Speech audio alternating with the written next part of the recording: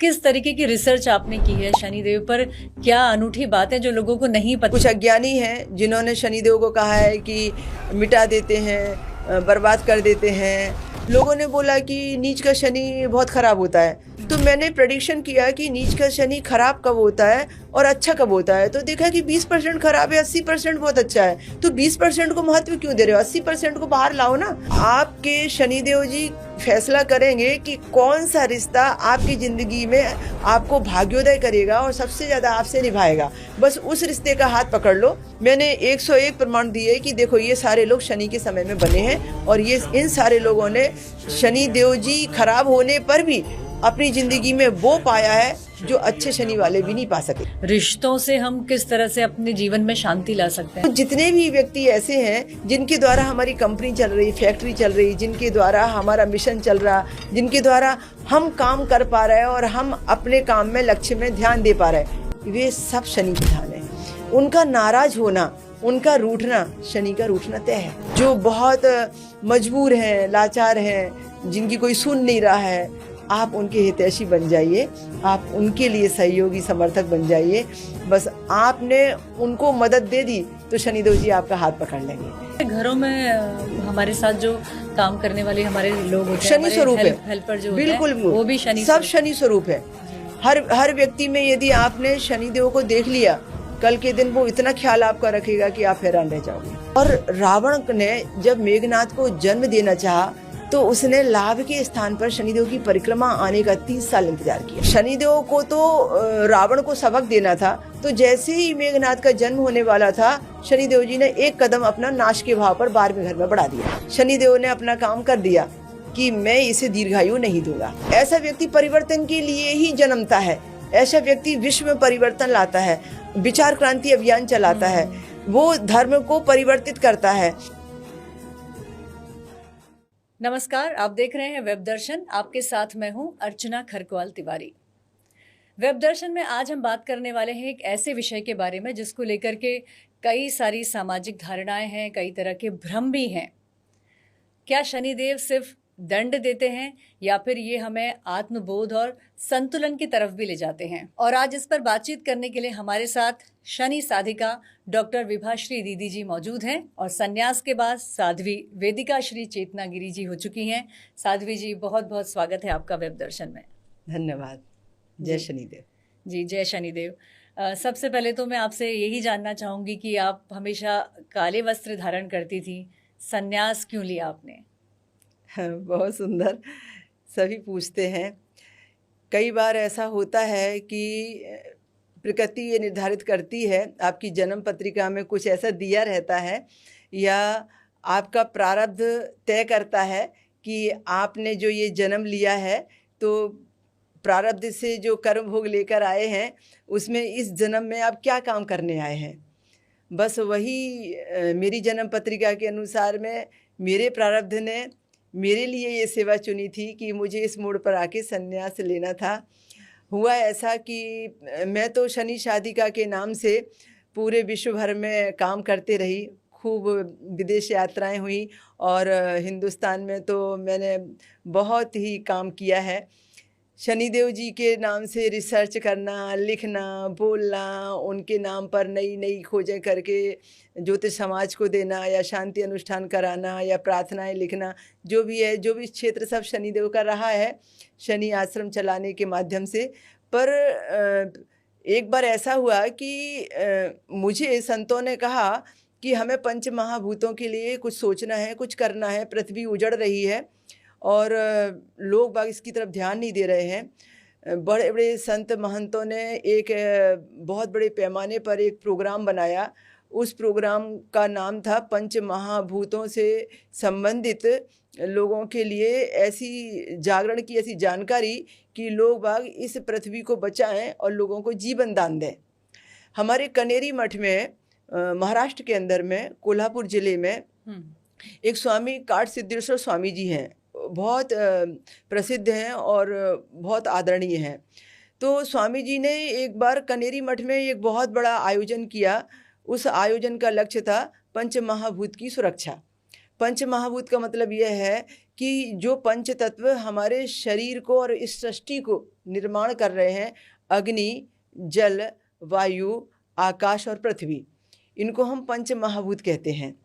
तो पंच तत्व निर्मित ये शरीर है, ये पूरा शरीर हमारा पंच तत्वों से निर्मित है।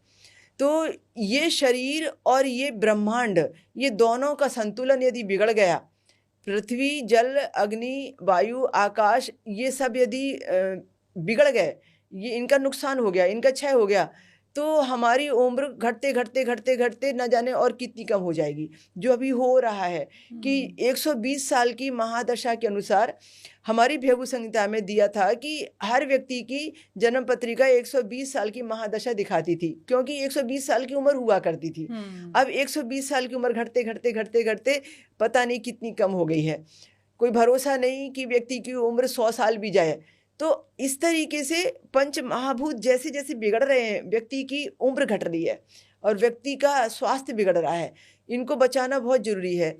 तो कनेरी मठ में स्वामी जी ने एक बहुत बड़ा आयोजन किया, वो पूरा राष्ट्रीय लेवल का आयोजन था।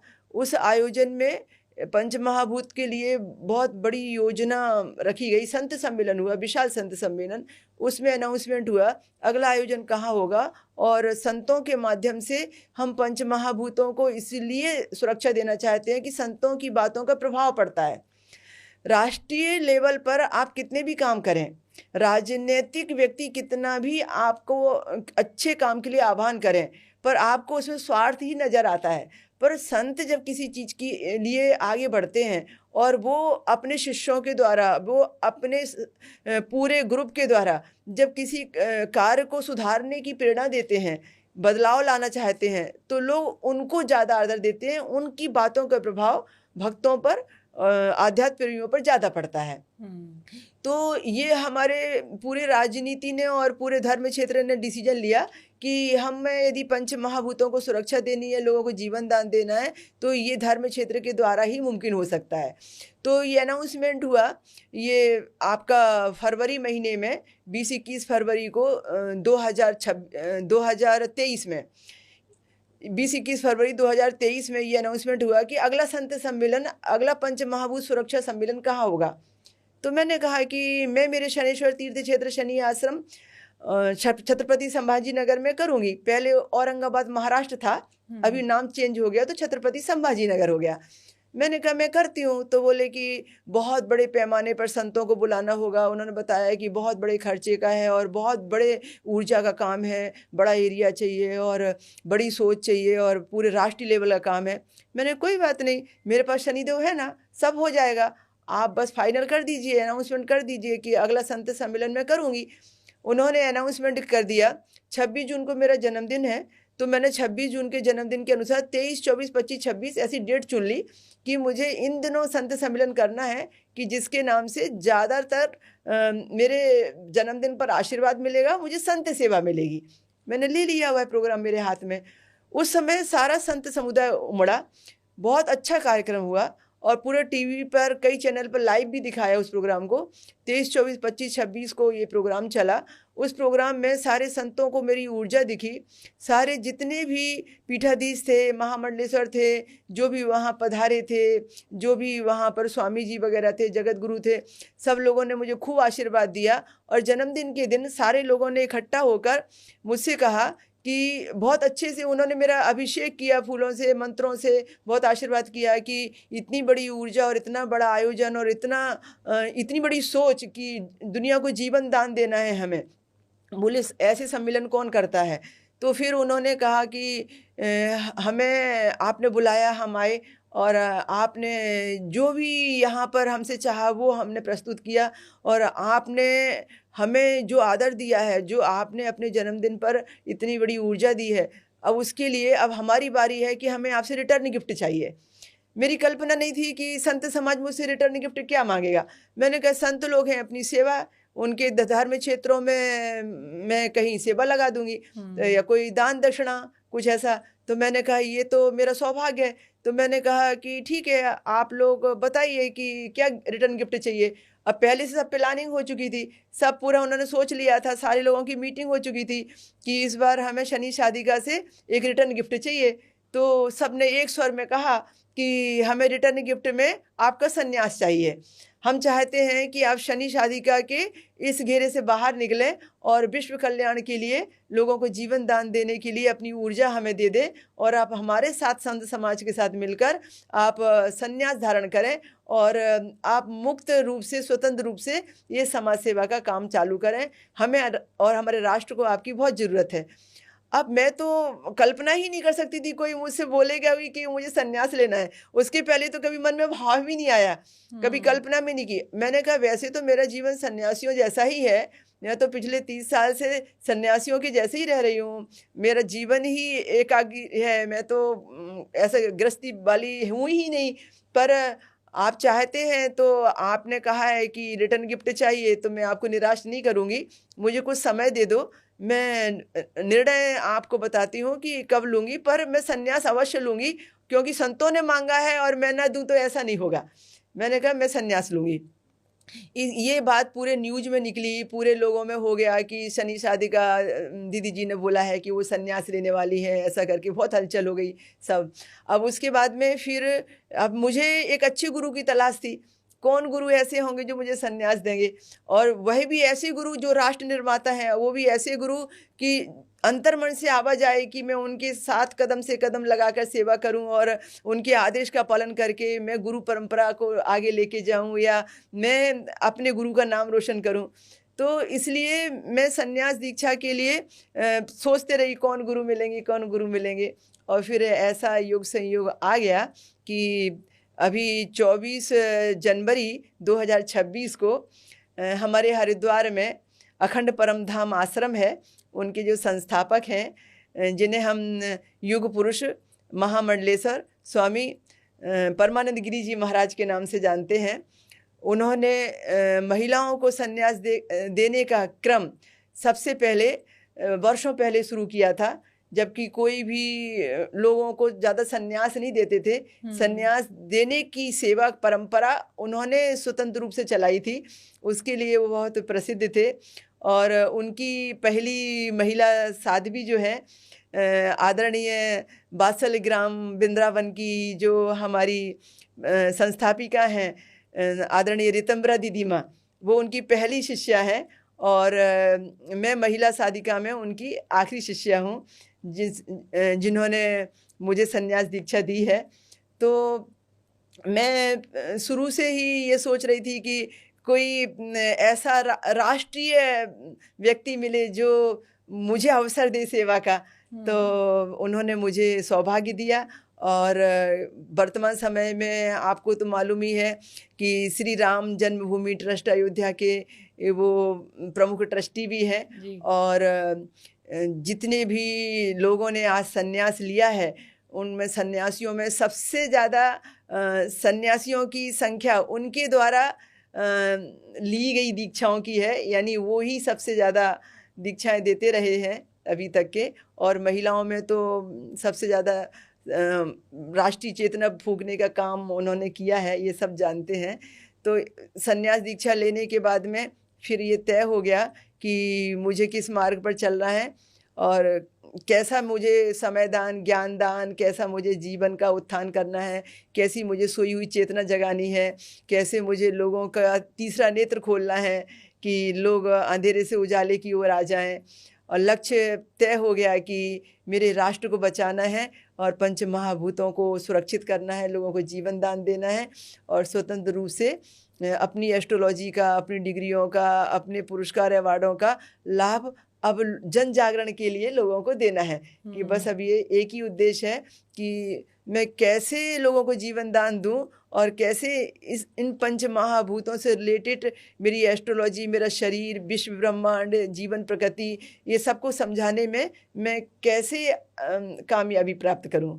तो ये मेरी संन्यास दीक्षा की कहानी रही है। जी बिल्कुल। लेकिन वैसे आपका जो परिचय है पूरा, इतने गोल्ड मेडल आपको मिले हैं, इतने अवार्ड्स आपको मिले हैं प्रतिष्ठित, तो किस तरीके की रिसर्च आपने की है शनिदेव पर? क्या अनूठी बातें जो लोगों को नहीं पता है, आज आप हमारे दर्शकों को बताना चाहेंगी? हाँ, सबसे बड़ी बात तो ये रही है कि सारे लोग शनिदेव जी के नाम से भ्रांतियाँ फैलाते रहे हैं। कुछ अज्ञानी हैं जिन्होंने शनिदेव को कहा है कि मिटा देते हैं, बर्बाद कर देते हैं, बुरा समय है उनका, और डरते हैं, डराते रहते हैं। किसी ने तो रत्न पहनाने के नाम से बहुत व्यापार किया, किसी ने शांति पूजा विधि विधान कराने के नाम से, किसी ने आपको शनि लग गया है, शनि लगने वाला है, शनि आ गया है, तो आपको शनि था इसलिए ऐसा हुआ है। तो ये सारी भ्रांतियाँ बहुत सारी फैलाई हैं, अलग अलग प्रकार के अलग अलग रेमेडीज बताकर, और लोगों को और धर्म भीरू बनाया है। बहुत सारी बातें ऐसी हुई हैं। तो मुझे ऐसा लगता था कि ये सच नहीं है, सच कुछ और है। तो अंदर मन में जो मेरे दिल में जो शनिदेव जी की भक्ति और प्रार्थना थी, उसमें मैं मेडिटेशन में भगवान से बातें करती, और हमेशा से मैं पिछले 30 सालों से शनिदेव से मेडिटेशन में बातें करती हूँ। कई बार तो वो मुझे सपने में आके बोल के भी जाते हैं, एक संकेत दे के भी जाते हैं, और कई बार मुझे कुछ ऐसी घटनाएं दिखा देते हैं जिससे मुझे आंसर मिल जाता है। तो मैं हमेशा बोलती थी क्या करूं क्या करूं क्या करूं, ऐसे सोचते रहती थी। फिर कभी कुछ एक रिसर्च नया निकलता है, एक रिसर्च, तो मैंने कुछ ऐसे अद्भुत रिसर्च किए। जैसे लोगों ने बोला कि नीच का शनि बहुत ख़राब होता है, तो मैंने प्रेडिक्शन किया कि नीच का शनि खराब कब होता है और अच्छा कब होता है। तो देखा कि 20% खराब है, 80% बहुत अच्छा है। तो 20% को महत्व क्यों दे रहे हो, 80% को बाहर लाओ ना, कि भाई आपके लिए लाइफ में नीच के शनि जैसा वरदान कोई है ही नहीं। अब लोगों ने बोला कि भाई शनि लग्न में बैठ गए हैं तो सुख में बैठ गए हैं, तो कर्म में बैठ गए हैं, तो सप्तम बैठ गए हैं, पंचम बैठ गए हैं। किसी ने कहा है ये गृहस्थ खराब, ये पर खराब। फिर मैंने रिसर्च किया कि वो जहाँ बैठते हैं वहाँ का सुख कितना देते हैं, क्या चीज़ है जो शनिदेव से बैठने के कारण ही मिलती है हमें, यदि ना बैठे तो ना मिले। क्या चीज़ ऐसी है जो शनि की दृष्टि से ही मिलेगी, यदि शनि की दृष्टि ना हो तो वो नहीं मिलेगी मुझे। क्या चीज़ ऐसी है जो शनि देव जी के गोचर परिक्रमा में आने पर मिलेगा, यदि गोचर परिक्रमा का इंतजार कर लिया जाए तो इस तरीके से मैंने अलग अलग रिसर्च किए। उन रिसर्चों में कई रिसर्च ऐसे थे जैसे बहुत प्रसिद्धि हुई। मैंने एक अच्छा रिसर्च ये किया कि आपके शनिदेव जी फैसला करेंगे कि कौन सा रिश्ता आपकी ज़िंदगी में आपको भाग्योदय करेगा और सबसे ज़्यादा आपसे निभाएगा। बस उस रिश्ते का हाथ पकड़ लो, आप सीढ़ियों पर चढ़ जाओगे, लक्ष्य को छू लोगे। पर हमें पता ही नहीं है कि कौन से रिश्ते से मुझे रिश्ता निभाना है। उसी रिश्ते से तो आप अनमोल ना करके बैठे हो, उसी से रिश्ता तोड़ कर बैठे हो। तो उस तरीके से एक रिसर्च ये किया कि घर कब बनेगा, कैसा बनेगा, कितने रूम का बनेगा, और कौन सी उम्र में बनेगा, किस दिशा का बनेगा, फैसला आपका नहीं, फैसला शनि का होगा। तो एक अद्भुत रिसर्च था ये। इसी तरीके से एक रिसर्च ये किया कि जो हमारे रिश्ते होते हैं उन पर शनि का प्रभाव जो पड़ रहा है, वो रिश्ते हमें कब हमारी प्रारब्ध की पीड़ा को खोलकर हमें तकलीफ देंगे, और कब प्रारब्ध की पीड़ा निकल जाने पर कब हमें गले लगा लेंगे वो। तो इस तरीके से वो एक अलग तरीके से भी मैंने एक रिसर्च किया। और एक अद्भुत रिसर्च ये किया कि बड़े बड़े ज्ञानियों को, महाज्ञानियों को, पंडितों को, बड़े बड़े माता पितृ भक्तों को भी जब शनि का समय आया है तो क्यों प्रभावित किया है, और फिर प्रभावित करने के बाद में वो चेंज कैसे आया है। तो हमने पूर्व जन्म को, इस जन्म को सब मिलाकर देखा। तो शनि देव जी ने मुझे बताया कि उनकी रिसर्च से मुझे पता चला कि यदि पूर्व जन्म में मैंने आपके साथ कुछ गलत किया है तो मुझे पता चलता है कि आपकी शनि कहाँ बैठे हैं, किस राशि पर हैं, कौन से भाव में, कितने डिग्री के हैं, और गोचर परिक्रमा कब लेंगे, और आप मुझसे बदला कब लोगे, या आप मेरे मित्र कब बनोगे। तो वो पूर्व जन्म से रिलेटेड जो चीज़ें थी वो मुझे नज़र आई, और मैंने उसका प्रेडिक्शन निकाला, एक नया विज्ञान दुनिया को दिया। 2005 में एक शनि पुराण साहित्य आया, उस शनि पुराण ने तो हलचल मचा दी। पहले संस्करण में ही सब इतनी जल्दी वो ख़त्म हो गया, फिर दूसरा निकाला, तीसरा निकाला। अब तो शनि पुराण है ही भी नहीं, अभी खाली शनि पुराण का जो है वो ऑडियो है, श्री शनि आश्रम औरंगाबाद महाराष्ट्र, जो अभी छत्रपति संभाजी नगर हम लिखने लगे हैं यूट्यूब चैनल पर। तो उस पर मैंने सालों पहले दिया है शनि पुराण की कथा, मतलब पूरा शनि पुराण 17 एपिसोड 17 अध्याय में। इसी तरीके से बाद में टीवी वालों ने शनि पुराण मुझे वीडियो में सत्संग के रूप में तैयार करवा के बुलवाया, तो उन्होंने वीडियो बना दिए, तो 17 एपिसोड उसके बन गए। इस तरीके से शनि के ऊपर में सालों साल हर शनिवार को एपिसोड चलते रहे अलग अलग चैनल में।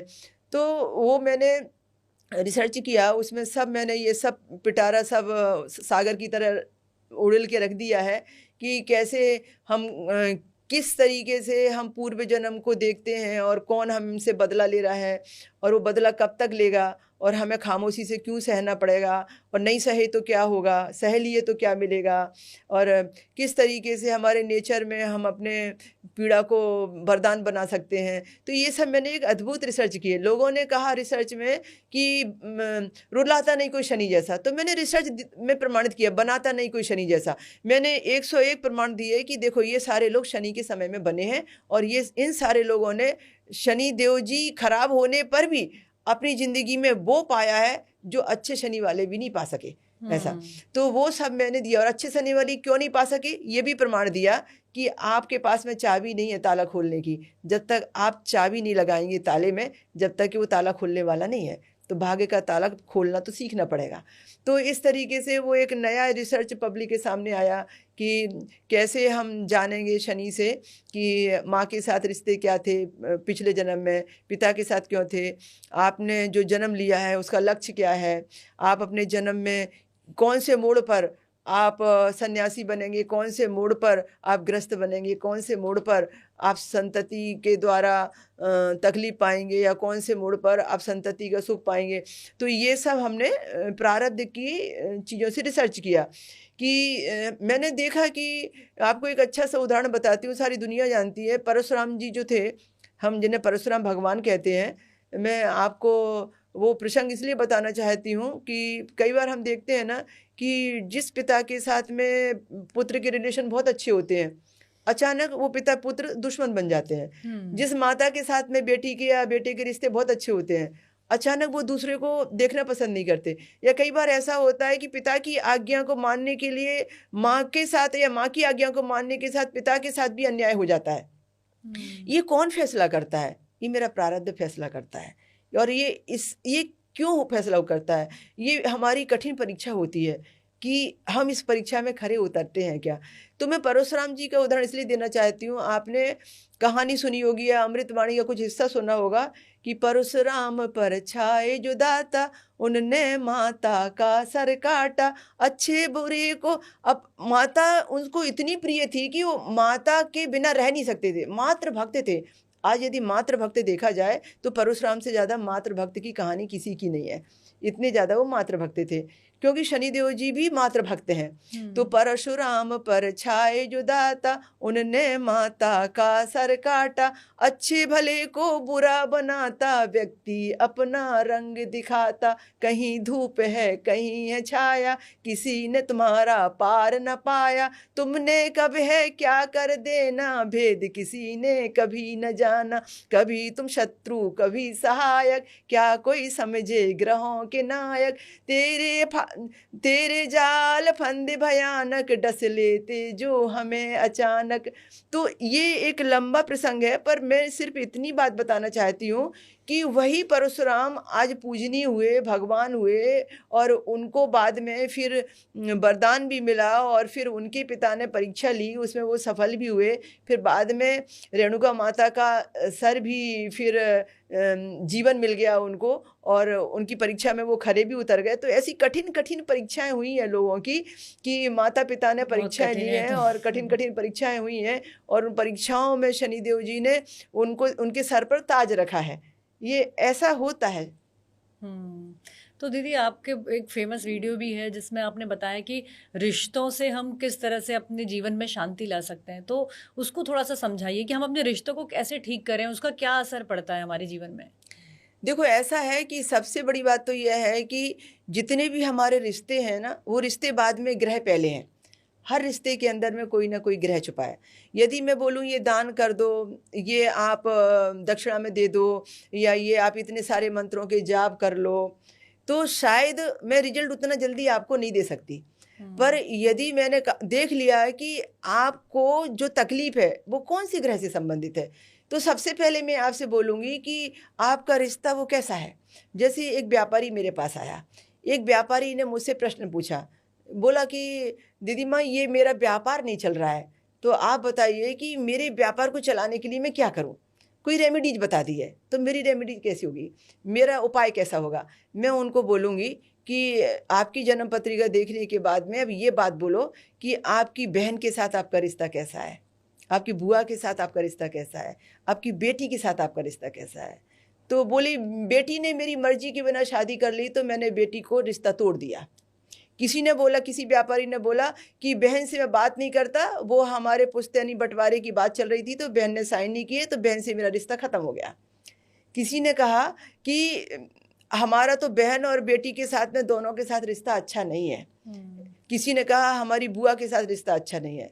आपका व्यापार अच्छा हो ही नहीं सकता, क्योंकि जो बुध कीजिए व्यापार, जो बुध से हम व्यापार का रिजल्ट निकालते हैं, जो बुध हमारा व्यापार का अधिपति माना गया है, वो यदि शनि के साथ में बैठे तो शिखर पर पहुंचा दे व्यापार को।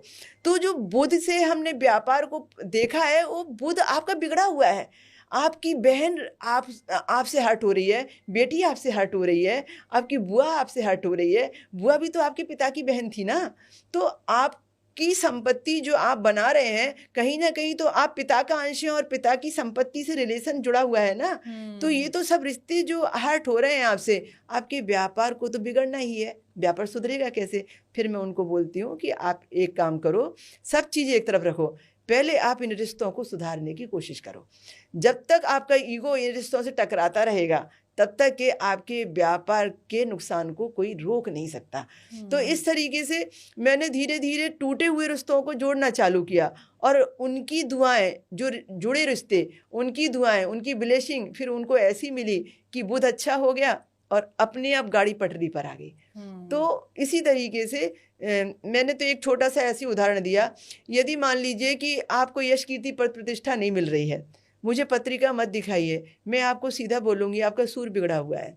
सीधा प्रश्न आपसे करूँगी कि पिताजी के साथ आपके रिलेशन क्या है।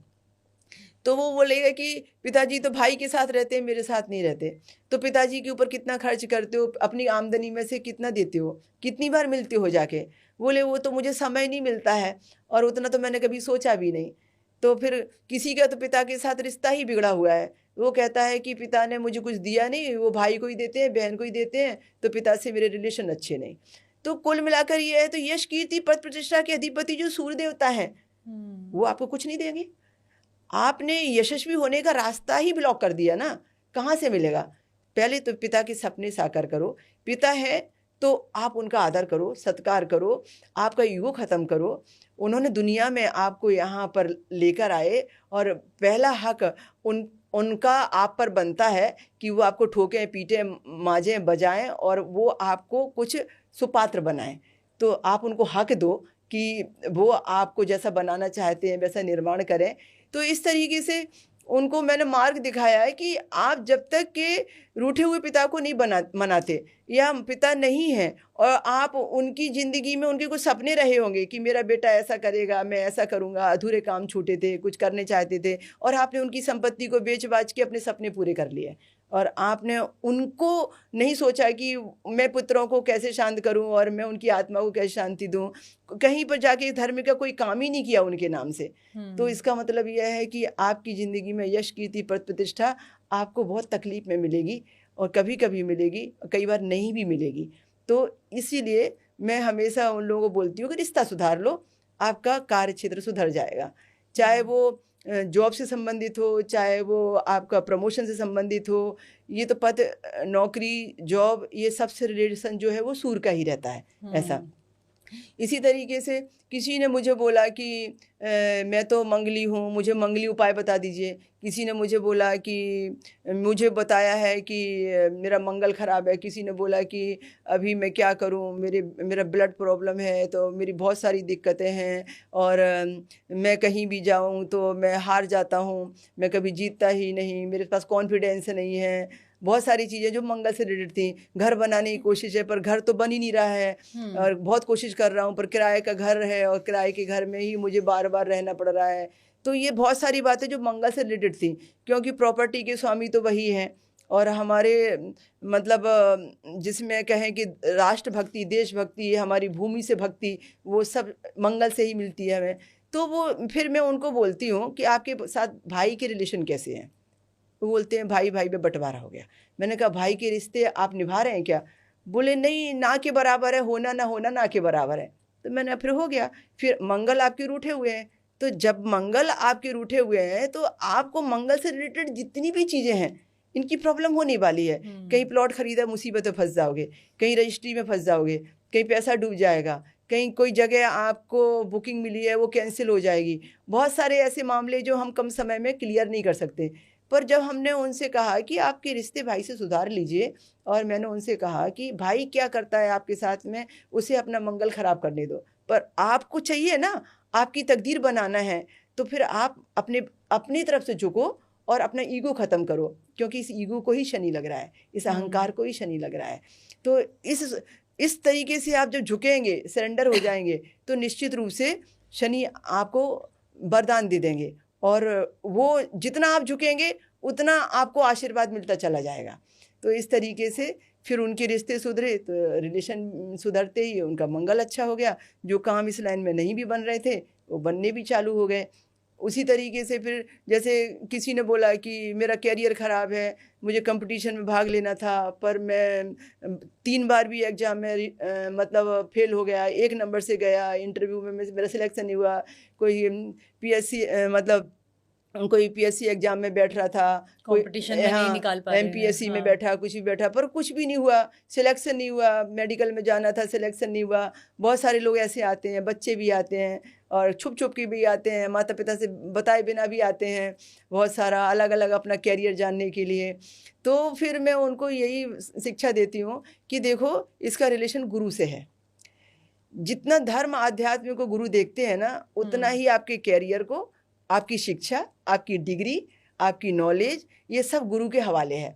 मैंने कहा आप इसमें यदि जीतना चाहते हो तो आप धर्म से जुड़िए, धर्म के क्षेत्र में, धर्म के कार्य में और धर्म के लोगों के साथ मिलके आप अपनी ऊर्जा लगाइए, अपना समय दान दीजिए, श्रमदान दीजिए, अंशदान दीजिए, आप उसको समझिए, संतों का, ब्राह्मणों का सम्मान कीजिए। आप अपने घर के अंदर में ऐसा माहौल बनाइए कि आप मतलब ये नास्तिक से आस्तिक में कन्वर्ट हो जाएं।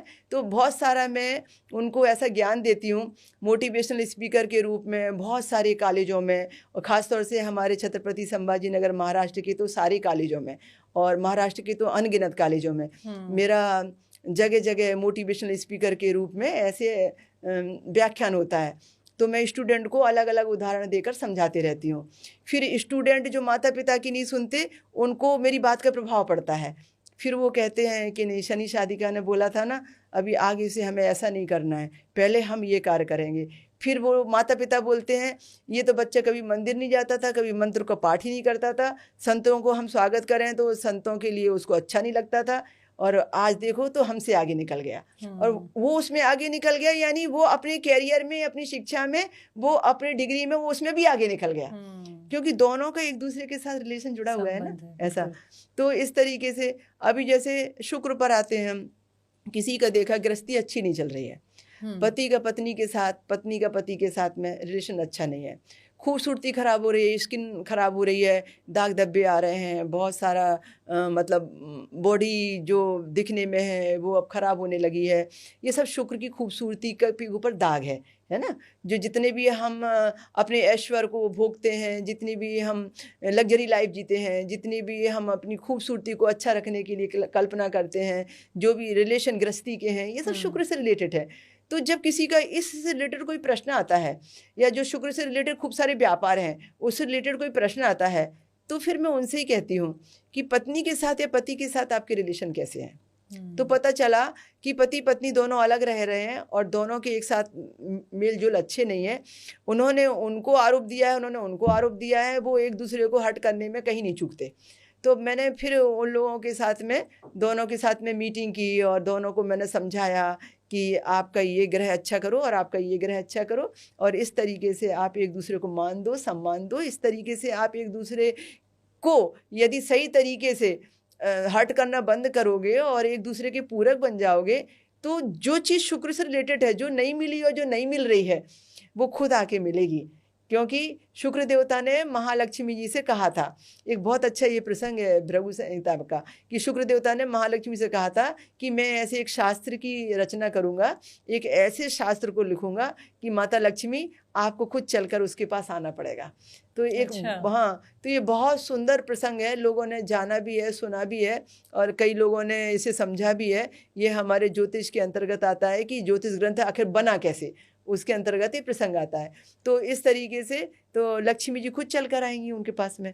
तो ऐसा अध्ययन होना, ऐसा शास्त्र का ज्ञान होना, ऐसे ही बुद्धिमत्ता होना व्यक्ति के लिए बहुत जरूरी है। आप यदि उस धर्म ग्रंथ की निंदा करते रहेंगे तो लक्ष्मी तो आने वाली भी चली जाएगी ना। ऐसा तो इस तरीके से, बल्कि मैं इस प्रसंग को और सही तरीके से आपको बता देना चाहती हूँ, शायद कुछ लोगों को इसकी नॉलेज नहीं भी होगी, कि भृगु देवता जिन्होंने ये ज्योतिष का शास्त्र लिखा, जिसे हम भृगु संहिता के अंतर्गत लेते हैं, तो एक बार भगवान विष्णु से मिलने के लिए गए। ये धर्मशास्त्र की एक बहुत फेमस कथा है। तो मिलने के लिए गए तो भगवान विष्णु निद्रा में, अर्ध निद्रा में थे और शयन के स्थिति में थे। तो उन्होंने संदेशा भेजा कि बताओ उन्हें कि भृगु जी आए हैं। तो संदेशा अंदर से आया, माता लक्ष्मी जी ने कहा प्रभु विश्राम कर रहे हैं, आप आराम से बैठिए, इंतजार कीजिए। फिर एक आध 2 घंटे बाद में फिर देखा कि प्रभु का विश्राम हो गया होगा, तो फिर संदेश भेजा। फिर महालक्ष्मी जी ने संदेश भेजा कि प्रभु अभी विश्राम मुद्रा में ही है, विश्राम कर रहे हैं, कृपया इंतजार कीजिए।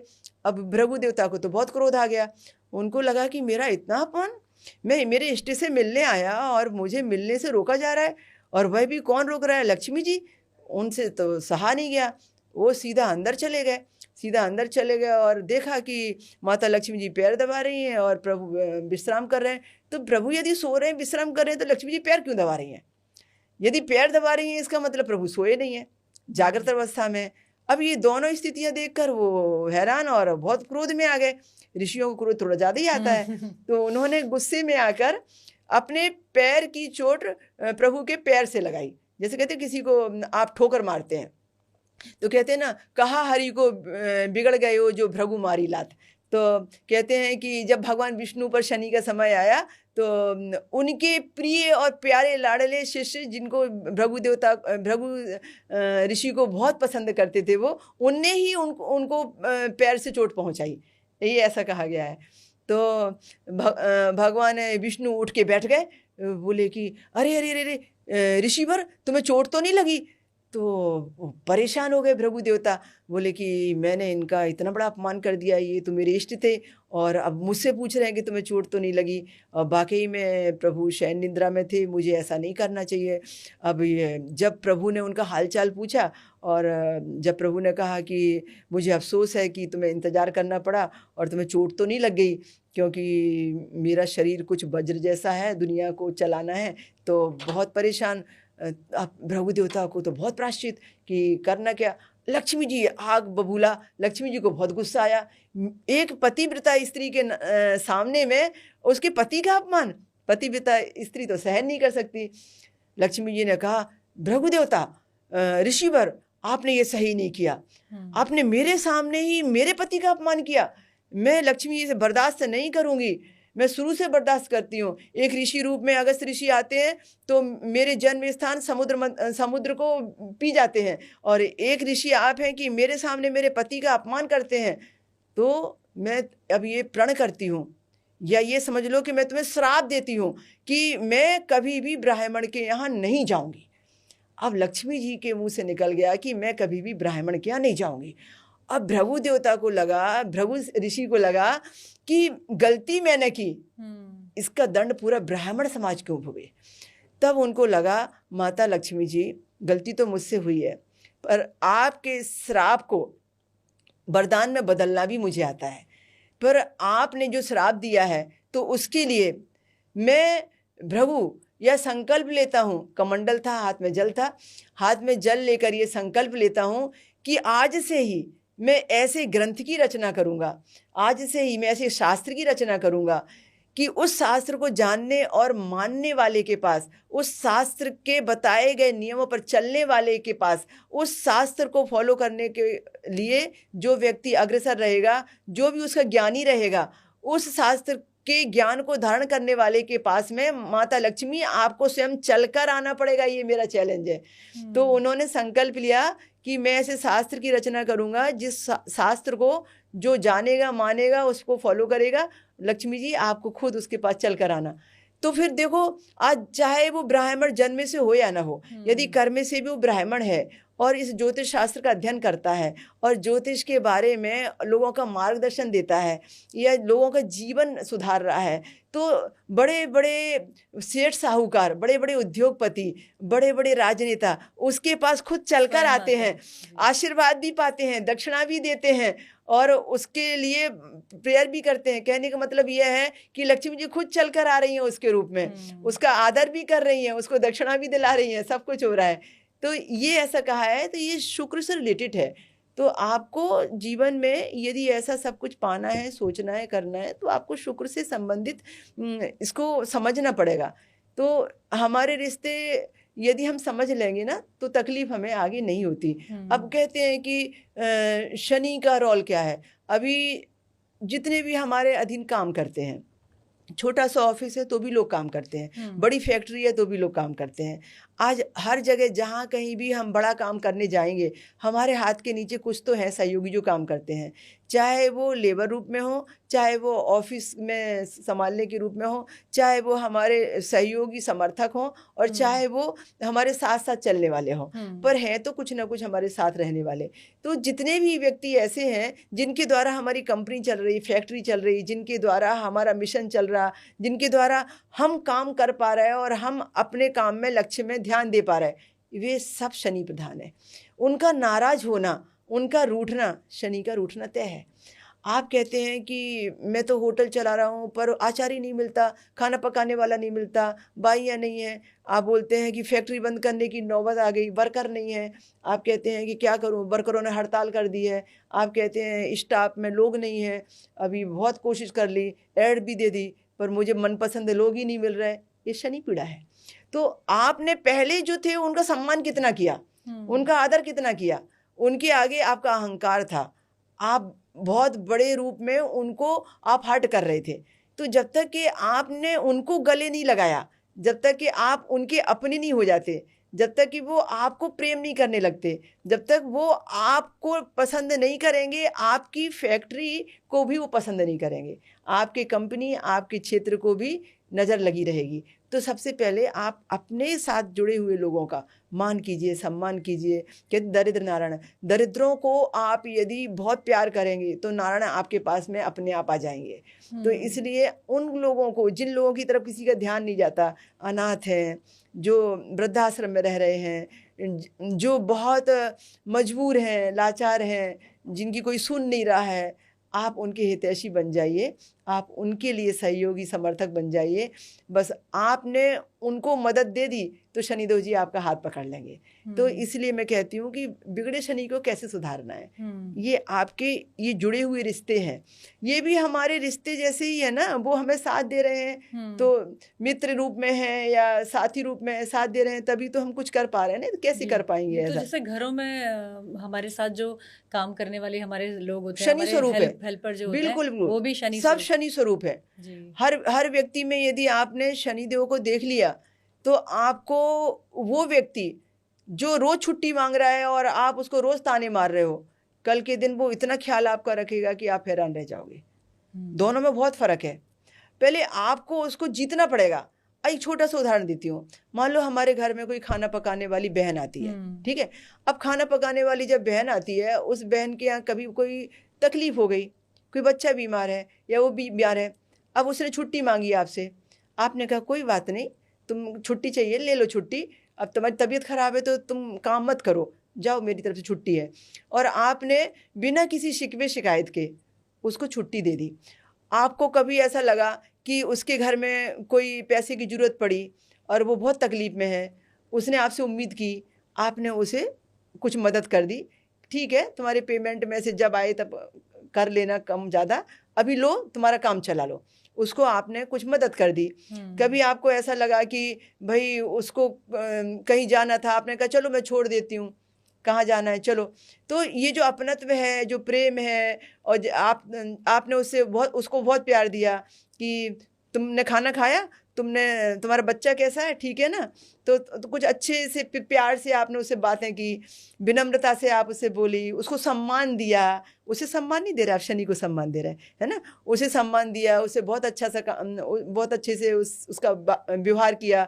तो वो आपके लिए इतनी समर्पित होगी कि वो बोलेगी कि साहब मैं ये काम कभी नहीं छोड़ूंगी, चाहे मुझे कितने भी काम मिले, आप मेरे भरोसे पर सब छोड़ के जा सकते हो। मैं आपके बच्चे को भी अच्छे से रखूंगी, मैं मैम साहब को भी अच्छे से रखूंगी। और आपने उसको सहयोग दिया है, वो आजीवन आपकी अपनी होकर आपको वो सहयोग देगी कि जो सहयोग आपके रिश्तों ने भी नहीं दिया होगा।